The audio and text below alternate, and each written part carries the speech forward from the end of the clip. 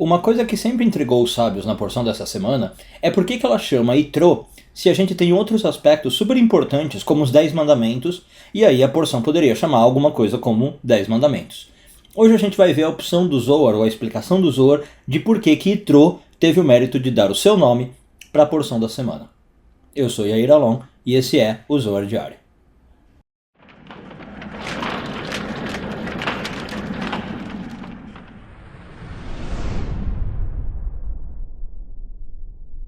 Essa semana continuamos a ler a porção de Itrô, hoje focando nos parágrafos de 41 a 43 do Zohar, terceiro ano de leitura. Antes de mais nada, obrigado por quem comentou sobre o biombo, falta de biombo, o cenário lá do fundo. Por enquanto eu vou ficar um pouquinho assim, vou pensar se eu volto a pôr o biombo ou não, mas obrigado pelos comentários. Bom, a porção dessa semana se chama Itrô e a gente tem, claro, até por um raciocínio lógico, né? Se uma porção chama tal nome, é porque aquele aspecto é super importante na porção.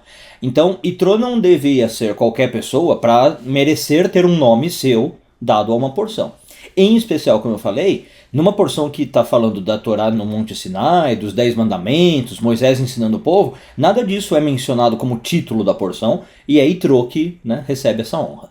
Então o que acontece aqui? O Zohar tenta explicar para nós que realmente Itrô mereceu isso por ter um nível altíssimo de existência, de vivência espiritual.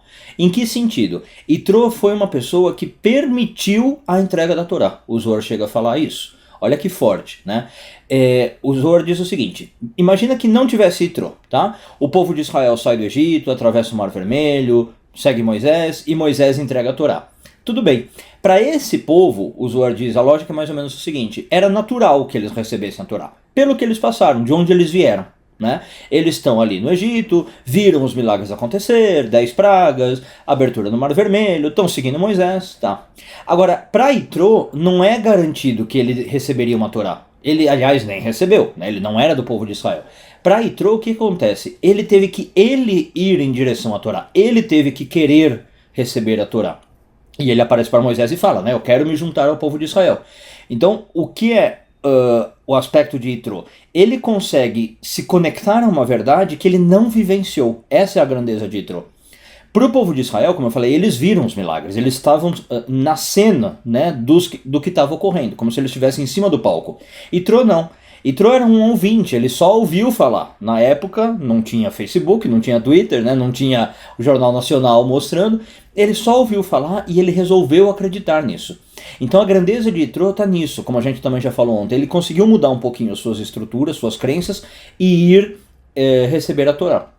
Então quando o Zohar diz o seguinte, olha, Itrô é um dos que permitem receber a Torá, ele está querendo dizer que a Torá é mais do que algo só para o povo hebreu, só para aquela geração que viu os milagres. A Torá ela tem que ser universal. E é Itrô que está mostrando isso. Né? A gente também já falou aqui no Zohar Diário que Itrô, de certo modo, é o pai dos convertidos, nesse sentido.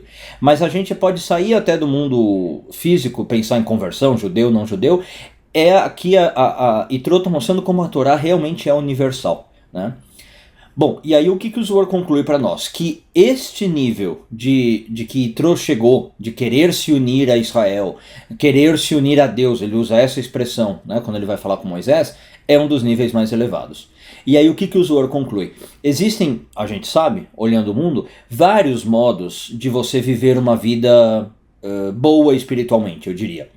Existem vários caminhos que te ensinam a ser uma pessoa correta, uma pessoa boa, uma pessoa honesta, íntegra, respeitando o ambiente. Legal. Mas isso é parte do caminho, tá? Isso não é todo o caminho. Então, muito bom todas essas vertentes, religiões e filosofias que ensinam isso. Mas o Zohar diz que o importante é, além disso, eu me conectar com o que a gente chama Deus, né, na linguagem popular. A Kabbalah não fala de Deus, ela fala de Ein Sof ou nome tetragrama.